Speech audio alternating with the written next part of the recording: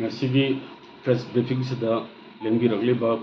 print and electronic media gi sileno sing amadi official sing kai puna butcheri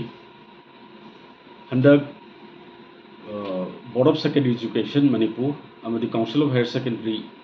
education manipur na lauba class 10 amadi 12 ki parkhya sida yamna laibak thiba badi mandam sigi satra nahrol singda yamna puning nungai roi daba thodok haibadi exam ki paper se social media da upload tor pa parkhya do howdring da amadi howraba matungda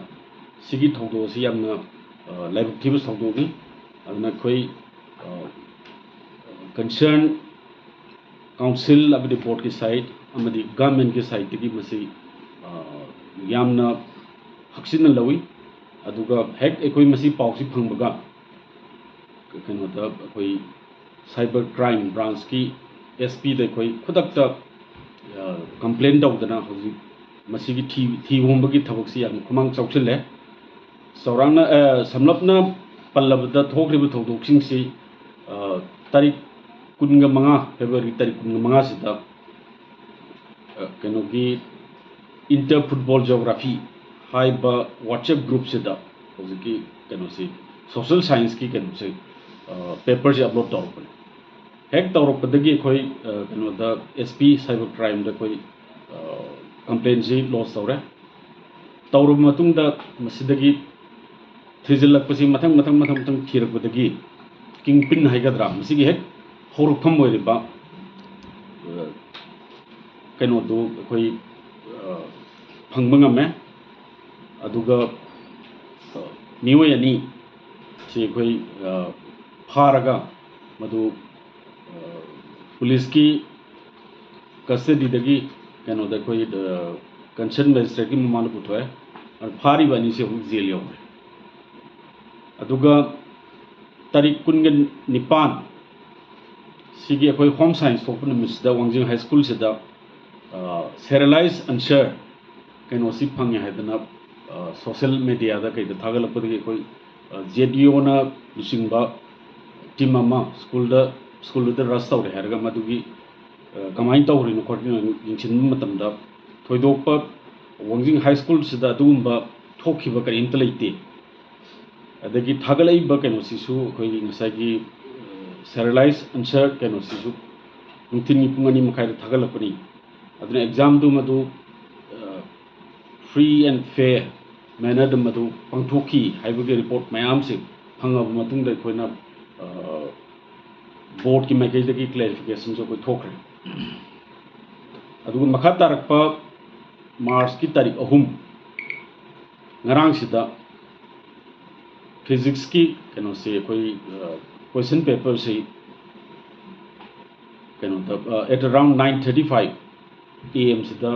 upload tawre tawrok padagi koi khudak ta simaso koi keno da SP cyber crime da koi complaint tawre tawru matung da khudak ta mathang thigale raga hauzik keno si sigi yamna maruwaina sida chani haina singnaba mioi maibam Sunil Singh sahi 38 son of M Ibomsa of Nepram company makhale kai thobal district si hauji police custody lere latest hauji koina phangmu pawda another mioi amus basri sena mioi amus phare na lere adna masi koi sigi keno sida sienaba mi makai se kenogi Manipur Prevention of Malpractices in High School Living Certificate and Higher Secondary Education Examination Act 2024 ki makhada sigi magi matik saba dandi du koi pina ba honagani habse mayam thamjage section hariba ek sigi section 13 lei si niyama masi koi examination sigi keno sida chenaba duty तब exam की duty तब then unfair mean सिजनबदगी मासी करीगुंबा कनो तब तारदी कोई ticket पद फंग तारदी मधु मांगोन पीगदौरिबो कनो से कोई जेल की terms not less than 5 years अदुगा कनो दा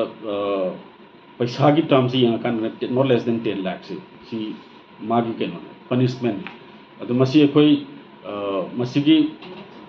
चेनरी ममी मखैसी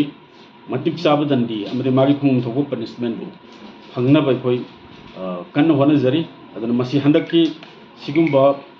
अखोना मतम हेक पाव से फंगबगा खतक स्पीक क्राइम की साइट की हमारी मणिपुर गवर्नमेंट की साइट की यामना स्ट्रॉन्ग एक्शंस लौर पसन मरम होरगा तुंगदा मोहना सिगुंबा थौदोक से थोक्तनबा अमदी स्टेक होल्डर्स क्या ना मरुएना हौजिक एजुकेशन डिपार्टमेंट्स अदगी बोर्ड अदगी स्कूल दले स्कूल कम्युनिटीज पेरेंट्स मैम से तौरे हरगा सिगी मखा तारकपा अमदी मथंग साइगी मथंग मथंग लाकदोरिबा एग्जाम मैम से यामना चुमना free and fair manner the exam से पंगथोक ngamnaba होनसी है बिसे मैम दा अपील तौजर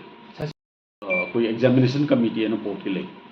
अदना मखोइना मदुगी मैम द एक्सपेक्ट मैम येंगे हरगा decision appropriate decision law कर अदो हौजिक लोइनबा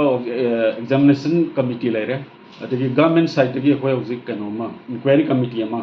सेमना बायना कोई appropriate